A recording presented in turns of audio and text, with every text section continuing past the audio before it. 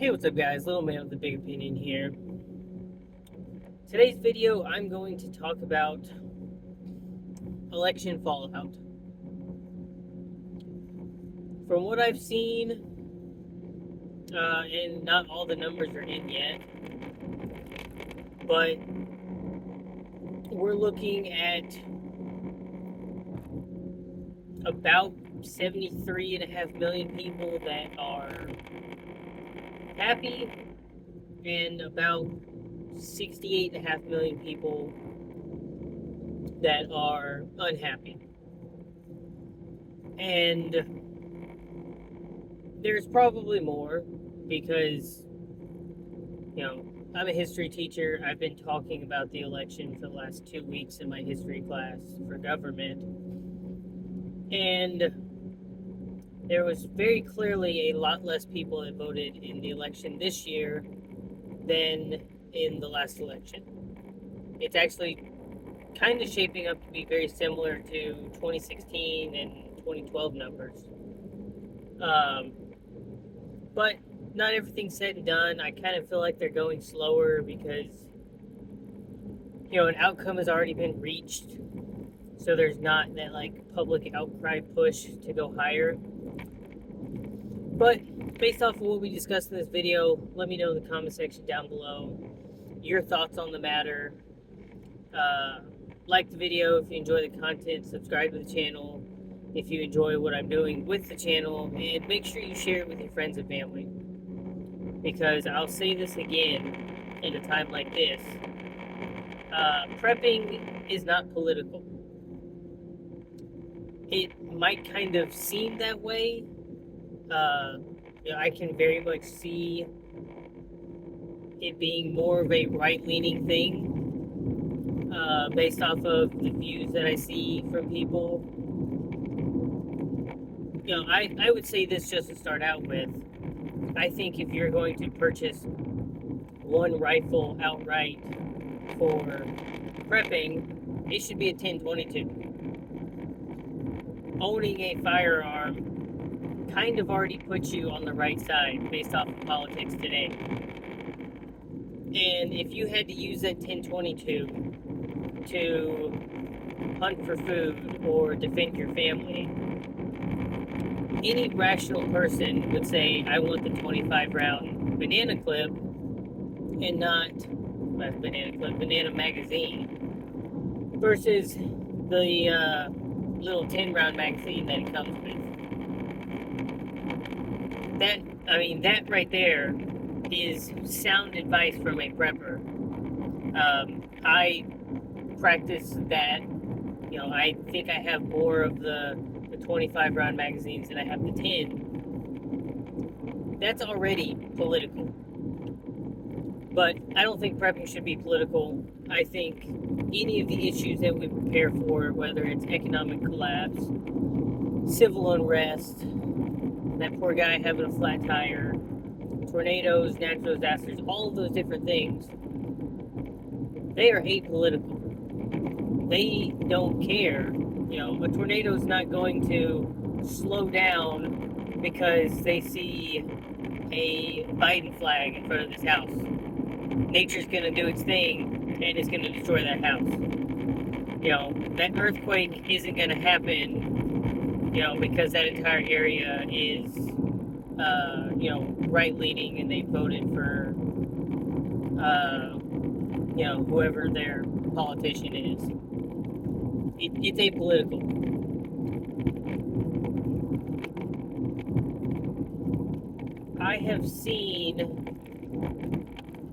I've read a couple of the articles and I paid more attention to the comment sections on them, but there's at least 24 articles out right now and I'll backtrack a little bit.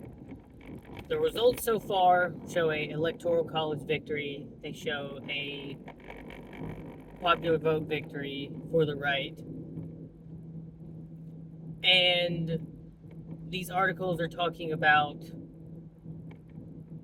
they voted that way because it's racism, white supremacy, sexism. They voted for a fascist. the rhetoric is, even though a majority of the country based off of the vote went this certain way, the legacy media is, and it's a very close majority. Technically all you need for a majority is 50.000, if and 0.1%. So it is fairly evenly split. And we don't quite know, because my guess is going to be 33% of eligible voters didn't vote. So it's hard to say if every single person that's eligible to vote, what would have happened. But it's already being set up to say, even though this other group won, they're terrible people and we need to fight and protest. And, it almost seems like they want something to happen. And that's why a lot of these prepping channels, I think, have switched to more of like a Minuteman style video. And it seems like when I make a video about water purification and it gets 40 or 50 views, but I throw the word Civil War, World War III in there, and it triple or quadruples its views. That's what people are worried about. I can't remember his name. He was on Timcast's channel, but he thinks 1,000 political deaths are going to happen by the end of April. And when he says political deaths, he means this person on this side disagrees with that person. There's some sort of, altercation that happens, and there's a loss of life. And if you are to, believe anything that they're putting out, it can seem pretty scary. And both sides are in this level of an echo chamber. We've hit a point where there's not a lot of compromise happening, because the issues that are on the table out there are almost like a yes no. There's not like a maybe or a there's not a lot of compromise.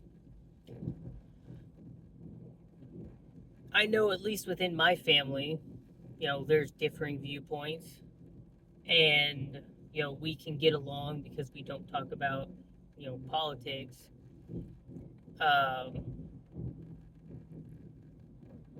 I would say, there are certain things where you draw the line in the sand and you do what you think needs to be done, and you stick with your morals. But there is definitely plenty of information out there that is just, this guy's bad, this guy's good, you need to do this if you want to support our side, or you need to do that if you want to support our side. So it might sound a bit cliche, but all of your prepping, you need to keep doing it, because there's no telling what's going to happen. In the end, I can say for myself definitively that, I still like to think of, Mel Gibson from The Patriot. I've got my line in the sand. That line's not been crossed. But if it involves friends or family, the law says you can defend yourself. I'm getting up to the gas station that I always get gas at. The economy was at the top of most people's list, regardless of what side you were on. I can say definitively that it hurts every time I have to spend money. As a prepper, I feel very good that we are consuming supplies that, the calorie amount is the same. I'm glad we're consuming them when I paid for it at a lower price point. So continue to purchase food. There's no telling if you're gonna, like, I don't know exact numbers, but let's say it was $1 for 100 calories, and now it's $1.20. Let's just assume it went up an average 20%, like they say inflation did. If you had put those calories away before it went up, you were saving yourself. If you're putting the calories away now, you are waiting for that point where, from an economic standpoint, you're going to be very happy that you're spending $1.20 for 100 calories instead of $2 or $3. That's like best case scenario. Worst case scenario is it doesn't matter what you spend on those calories. You don't have access to those anymore because something bad happens. The shelves are empty. That product isn't there. And now you're happy for whatever you spent because you've bought into this insurance policy where you can physically see your own insurance policy. You pay insurance on your car, you pay homeowner or rent insurance, you got health insurance. You also need staying alive insurance. So think of all of the different things that you consume. Everyone needs water. And I can bet that a vast majority of people, if the water stopped coming in, they've got a couple of days worth of water.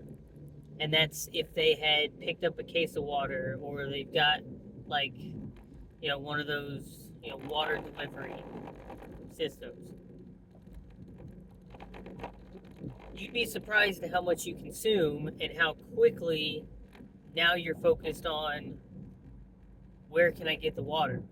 And you don't want to be worried about, now I've got the water, but am I going to get sick from that now?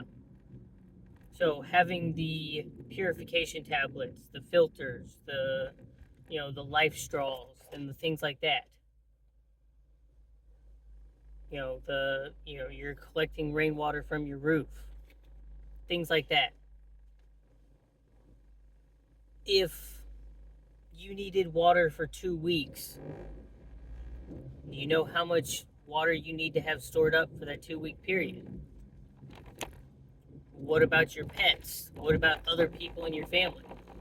I feel confident that, parents are going to do whatever they can to take care of their kids. They might go hungry. They might do crazy things that could get them hurt or even killed to take care of their kids. Why take that risk?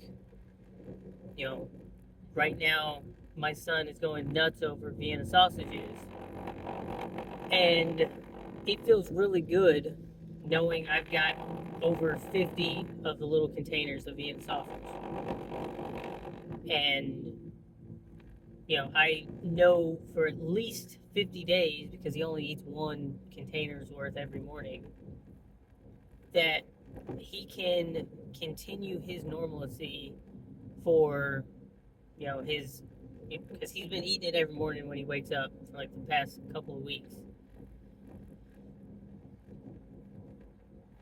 Best case scenario, there's a small blip in the system, nothing changes for him.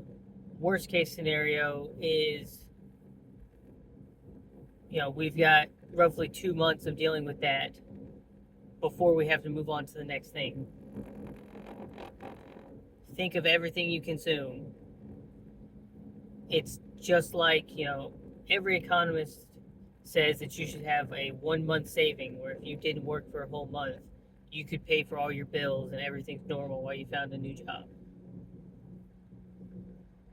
The prepping side of that is kind of similar. You just don't have it in a monetary form because, when it comes down to survival, you're not going to be worried about paying your internet bill. You're going to be worried about making sure you physically stay alive. And you don't need internet to stay alive.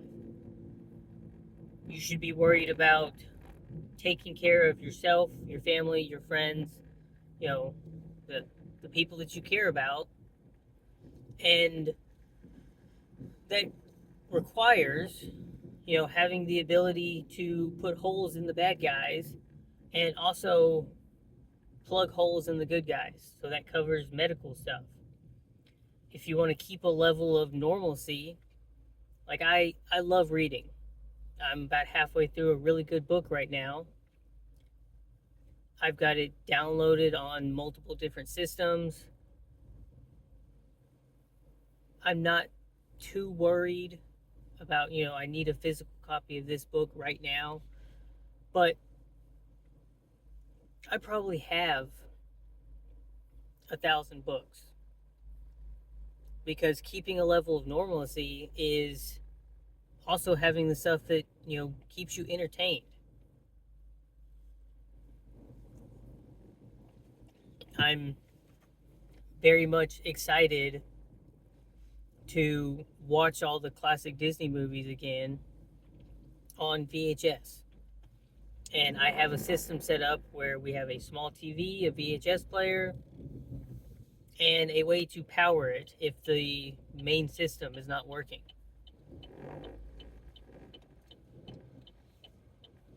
And this whole thing is a marathon.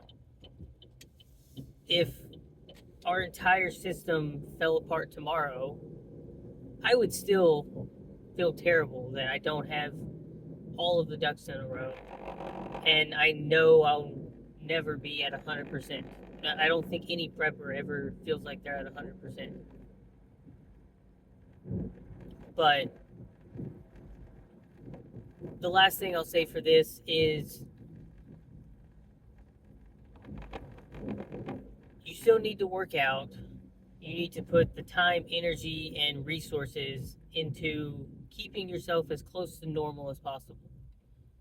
Whether that is weathering the, crap hitting the fan long enough for things to go back to normal. Do you feel comfortable at 2 weeks? Do you feel comfortable at 2 years? Do you feel comfortable at 20 years? And you continue with your budget monthly. You continue watching videos like this so that you're better informed. You're paying attention to what's going on at the local, state, and federal level. That way you can adapt plans and be better prepared for things like this.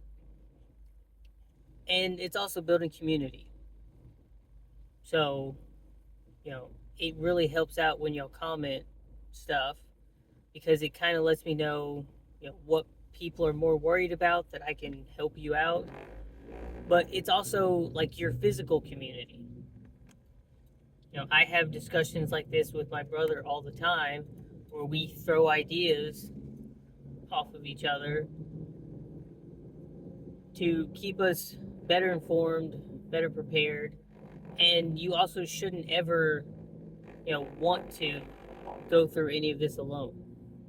Like if you had to, let's say The Walking Dead happened tomorrow, and that's just, one scenario that's probably not going to happen, but you would not want to deal with that situation by yourself.